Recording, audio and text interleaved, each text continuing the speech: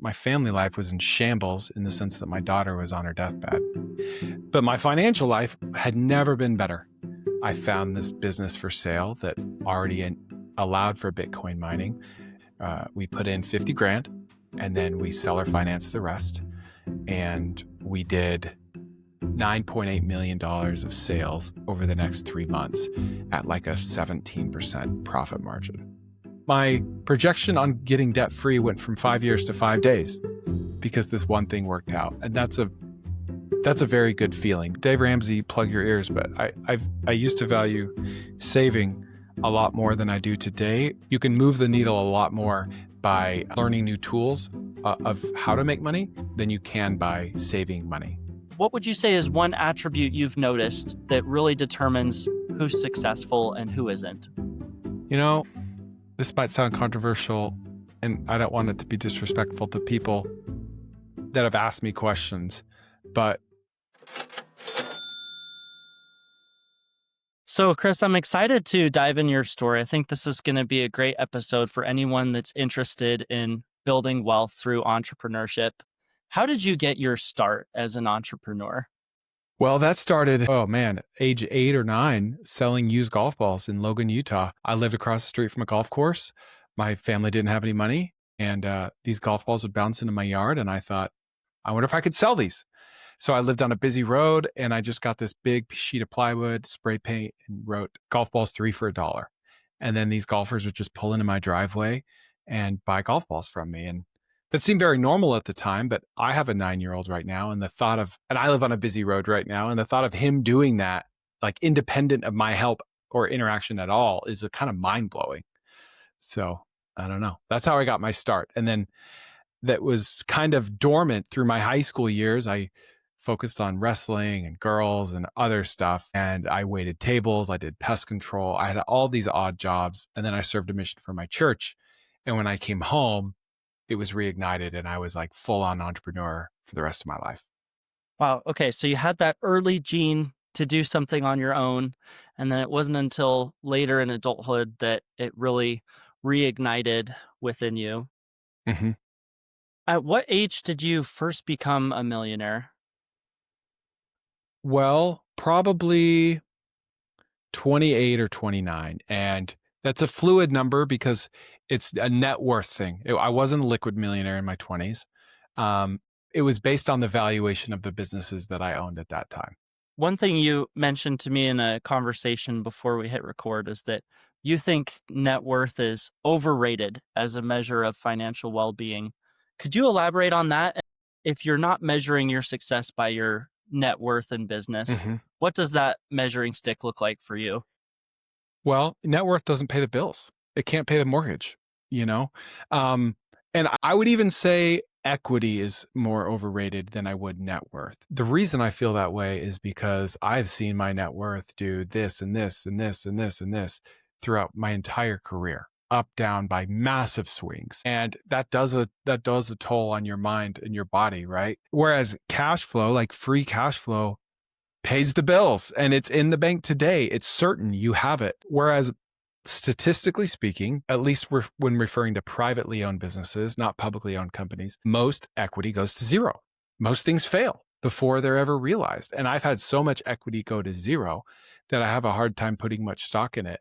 And conversely, I've had so much equity go to zero because of that reason. My free cash flow just feels so sweet and so good because I haven't always had that. So emphasis on cash flow because it pays the bills. Mm-hmm. My wife and I have spent many years like looking wealthy on paper and just like making almost no money because I was in that phase of a certain business at the time, or I was acquiring real estate that's like break even on a cash flow basis, but looks really good on paper. And so, yeah, like on paper, we've had a great net worth for almost all of our marriage, but we've been broke for more years during our 17 years of marriage than we've been, and I say broke on a cash flow basis, than we've been like rich. Wow. Okay. Yeah. But the good years more than outweigh the bad years, right? Yeah, absolutely. So you've started so many different businesses. You early in your career, when you were at Alabama, you were doing iPhone repair. and then you later had iPhone parts that you were supplying from China, shipping from China to the United States to different iPhone stores. You Mhm. later got into e-commerce, selling snacks as the exclusive online retailer for Buc-ee's. Unofficial. We're not official, right? But we're by far the biggest. Through all of these different businesses that you've started, what would you say has been the biggest financial thrill that you've experienced?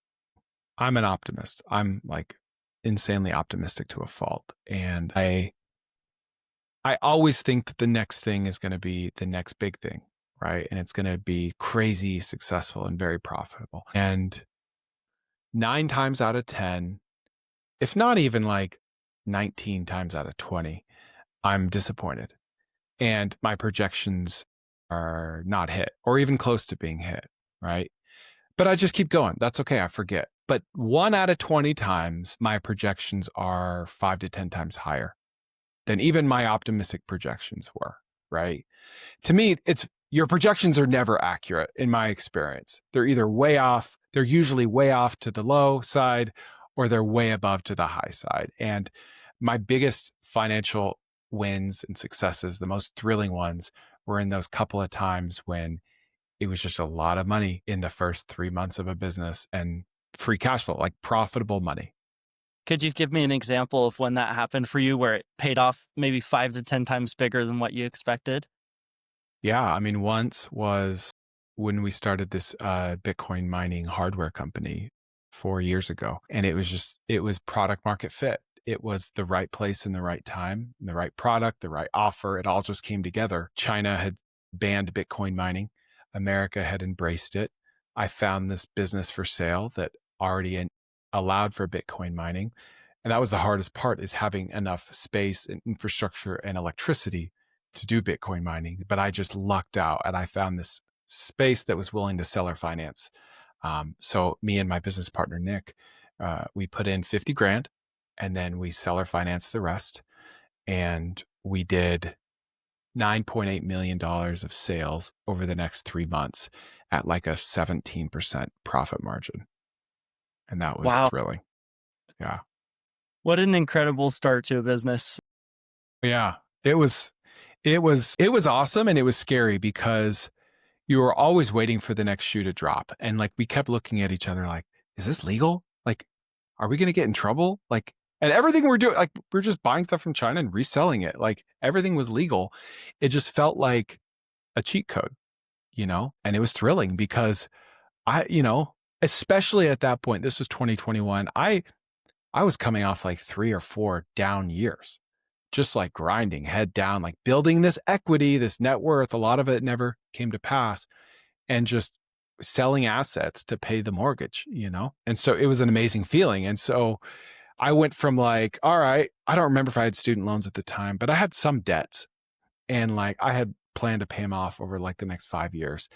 And it was like I was able to pay them off with one wire transfer in one afternoon. And then the next day, let's pay off another 5 or 6 figure debt. And then the next, and it's like, wow, okay, my projection on getting debt free went from 5 years to 5 days because this one thing worked out. And that's a very good feeling because I'm not like buying private jets or cars. Like I'm not a super materialistic person. So I don't get a thrill from like needlessly wasting or spending money on stuff like that. But it felt really good to have my family more secure, right? And to just breathe a little easier that night. Wow. That's incredible. I can only imagine having your whole financial life shift in 5 days' time. Yeah. And it's not like you win the lottery or um like 1000%, there were a lot of blessings, tender mercies. Like it wasn't me, right? But it was the result of like just trying a lot of things and testing a lot of things and not quitting. And so it felt good to see that finally pay off. You mentioned the tender mercies and blessings along the way, and I happen to know you're a man of faith because that's how we met, is through our church community. What role has your faith in God played in your approach to business? Man, I mean, it's everything. It's like asking what role has water played in Michael Phelps's career. It's like he wouldn't have a career, you know? That's what role it would play. So it's everything. It's like the oxygen I breathe. It's my fuel, and I don't know where I'd be without it. Like it's my it's my why. It's what I'm working towards. Like I'm a very, very long-term thinker, and I just strongly believe that this life is not all that there is, and there's more to it. And I'm willing to wait to see if I'm right or not. But it like to me, business is personal, personal is church, like it's all one, and I enjoy all of it. Have you ever had a time in your journey as an entrepreneur where you were seriously considering giving up and doing something else? Yes. Like stopping being an entrepreneur. Yeah, like just walking away and maybe pursuing more of a traditional path with a corporate job or something like that. 100%. I mean, we were in the same congregation, and my wife and I moved into this congregation in 2016. We were 29. We were the youngest people in the congregation. And I felt like I was the poorest person in the church. And I was one of the only business owners at the time, at least. And these guys that I went to church with looked up to, they were making a lot of money, and they had health insurance, and they had a lot of paid time off, and they didn't have volatile incomes. Around that time, it was right around that time that the business I had at the time started to dip. And I've never been like anti-job. Like a lot of entrepreneurs are like, oh, I don't deal well with authority. I could never work for someone else. I've never been that way. I've just always kind of gravitated towards entrepreneurship. And so I went and got my MBA as a form of like insurance. And I applied for jobs. Like during some of those down years, I was looking at jobs, I was looking at sales jobs. And it's not like I was like trying to throw in the towel on entrepreneurship. I was just trying to feed my family and be a good dad and a provider. And I was willing to do whatever it took. So I haven't felt like that in years now, but there's been a lot of times where like if someone would have offered me a job, I would have for sure just taken it. Wow. So, if someone is listening to this right now and maybe they've started a business, they're in one of those valleys where it seems like nothing is going right, what would be your advice to them in that moment? Hmm. You can't be humble and you can't be broke and proud at the same time, right? You just have to be willing to do whatever it takes to feed your family, to feed yourself. And so if you're in that valley, it it probably means there's a big mountain around the corner. And if you're on the top of a mountain, it probably means there's a valley around the corner. Like that's just always how my life has gone. Like things aren't ever as good as you think they are, and they're never as bad as you think they are either, right? So you just got to keep going and be willing to experiment and pivot and to try something else. You know, sometimes we waste years doing the wrong thing. And sometimes we quit too early, you know? Sometimes you quit too early and sometimes you quit too late. You just don't know. You just don't know which is which. You just have to be prayerful about it. I want to talk about one of those valleys that you experienced, which was this time in your life when you had a very difficult business relationship that you were managing. And then your daughter was also going through a major health scare at the same time. Mhm. Could you share a little bit about that experience, what it was like, and how it changed your perspective on life? Yeah, well, ironically enough, that same period of time, and it was October 2021, that was the same period of time when I had that business, the mining business, going crazy, right? So it's like my personal life, my family life was in shambles in the sense that my daughter was on her deathbed, right? But my financial life had never been better. And that was happening at the same time, which is just weird. It's like I would not prefer this, right? If I had to choose, I would choose a healthy daughter, but I didn't choose that, right? That's just how my life was going. So at the same time that those two things were happening, I had another business with a very toxic customer that accounted for 90% of our revenue and 90% of our employees. We had to serve that customer. Just being he was being toxic and he was being very difficult while I was in the hospital next to my daughter, you know? And it just put a new perspective on things. And had I not been in the hospital during that period of time, I might not have fired him, but I just had a more perspective. And I fired him knowing that that meant we would have to lay off some of our employees, Now, my business partner agreed with me. We talked about it first. It wasn't an impulsive thing, but it was scary. It was scary to do that during such like a vulnerable point in my life, but things always work out. Like they just do. If things haven't worked out for you yet, then you haven't zoomed out enough. Like things always work out given a long enough timeline. And that one did as well.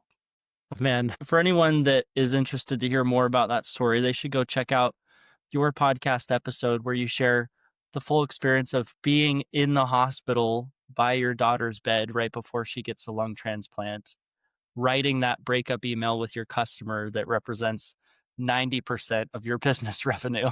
Yeah. You just can't make something up like that. No. So, over the years, you've had a lot of different business partners. Obviously, some of them have worked out and some haven't. What role has forming the right partnerships in your life influenced your success? I think I've learned a lot more from my partnership failures than my wins. Partnerships are really, really, really hard. I grew up hearing, that marriage was hard and you have to work at marriage. And my marriage has not been hard.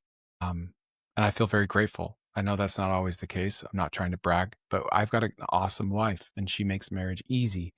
But my business partnerships have been very hard, much harder than my marriage. And I would think even on the whole, business partnerships are harder than marriage. It's because it's a different dynamic. Oftentimes you partner with someone having barely known them, whereas you just don't do that when you get married. It's very rare, right? But it's a huge financial decision. And if things go very poorly and the partnership isn't awesome, then the partnership will likely go very poorly. If things go very, very well and the partnership isn't awesome, then things will likely go very poorly. So it's like oftentimes if partners are not communicating and it's just not on a good foundation, then like there's very few scenarios where things will work out there, right? If the business starts making a lot of money, then you've got problems because it's who's doing how much, he's doing not enough, I'm not doing enough, yada, yada, yada, who gets paid what. And if the business goes very poorly and you need to put money in, then it's like, well, I already put money in. Well, you're not doing this. Well, you still have a part-time job. And so it's tough. And so I feel like the default for partnerships is 50-50, whereas that should be the exception. That should be very rare. People should only do 50-50 when they're building something in person, side by side, all in, same amount of money, same amount of time. Not one of them has a job. Like that can be a beautiful, fun thing to do. But outside of that very specific scenario, it should be like an 80-20 situation for partnerships or 60-40, where one person is clearly the driver and the other one, it plays like a support role. Okay. That's really interesting. Is that how you structure things with Nick as well? Like when you go in on different deals with him? Well, that could be a whole other podcast episode. Nick and I, it, we learned the hard way that we're much better friends than we are business partners. And so that is how we used to go in on things 50-50, but we're not in person. He's in Idaho, I'm in Texas. Neither one of us are going to move, right? Also, we have very different backgrounds. He comes from healthcare. He's had a W-2 for most of his career. He's done some awesome acquisitions, had a lot of success. I've basically never had a W-2. I've basically never done acquisitions, and I live in a different state. And so part of the reason I give people that advice about 50-50 partnerships is because of what I've learned the hard way. And so now Nick and I don't do a lot together because we'd rather be friends, and we're mature enough, barely, thankfully, to know that like that's not our business together is not our strong suit. We're better businessmen when we're apart and just good friends than we are when we're together. Wow. Takes a lot of maturity to be able to have that conversation with someone who's your best friend. It's tough. I mean, we had some ugly time periods, and I think most friendships wouldn't have come out alive, but we did. And part of that is because like the stuff that we had together, like logistically speaking, the businesses that we owned together, we were able to kind of divvy up in a clean way, but that's not usually the case. Would you say that your view of money has changed over time? Hmm, that's a good question. I'm gonna have to think about that. I've historically been very cheap, and I think that's because I grew up poor, and it's been nice as I've gotten more successful to not have to be so cheap with things. And I used to value saving. Dave Ramsey, plug your ears, but I used to value saving a lot more than I do today. Whereas now I value earning a lot more. And I don't think everyone should take that advice. Like all I know is business, right? Like I don't know US history. I don't know about science or anything. I just know business and opportunities. I'm very opportunistic and I see opportunities in everything. And I could make money a thousand different ways, right? And so I used to really have anxiety around spending, putting guac on my Chipotle and all that. But now, because of the fact that I have so much, exposure therapy to ideas and making money and all this, I don't like, I don't really care so much about, you know, spending money like I used to. Even like during times of life where things were a little tighter, because I'm just I guess I have a confidence now that I didn't used to have, that I could always make more money. I think that you can move the needle a lot more by learning new tools of how to make money than you can by saving money, right? I think for a majority of the population, being wise with your money and saving it and investing it wisely is the right decision. And that's where I started. But I've slowly evolved to just be more loose with my money and more generous as well, a lot more generous, just with the mindset of I can always make more. Yeah, I often tell people that when it comes to saving, there's always going to be a floor, which is you can't spend less than $0. And Mhm. realistically, it's a lot higher than that because you have to pay for food and shelter to take care of your family. So there's always going to be a limit on how much you can reduce your expenses. But when it comes to creating more income, there's never a limit. If you're able Mhm. to be more efficient, be more creative, be more entrepreneurial minded, there's always another opportunity for you to pursue that's bigger than the last one. That's a great way of putting it. Yeah, there's no ceiling. So I think it's safe to say there's a lot of people in America that are working a W 2 job that might not be very happy with what they're doing. And they would love to make a change. They would love to get into something different, but they're not sure where to start.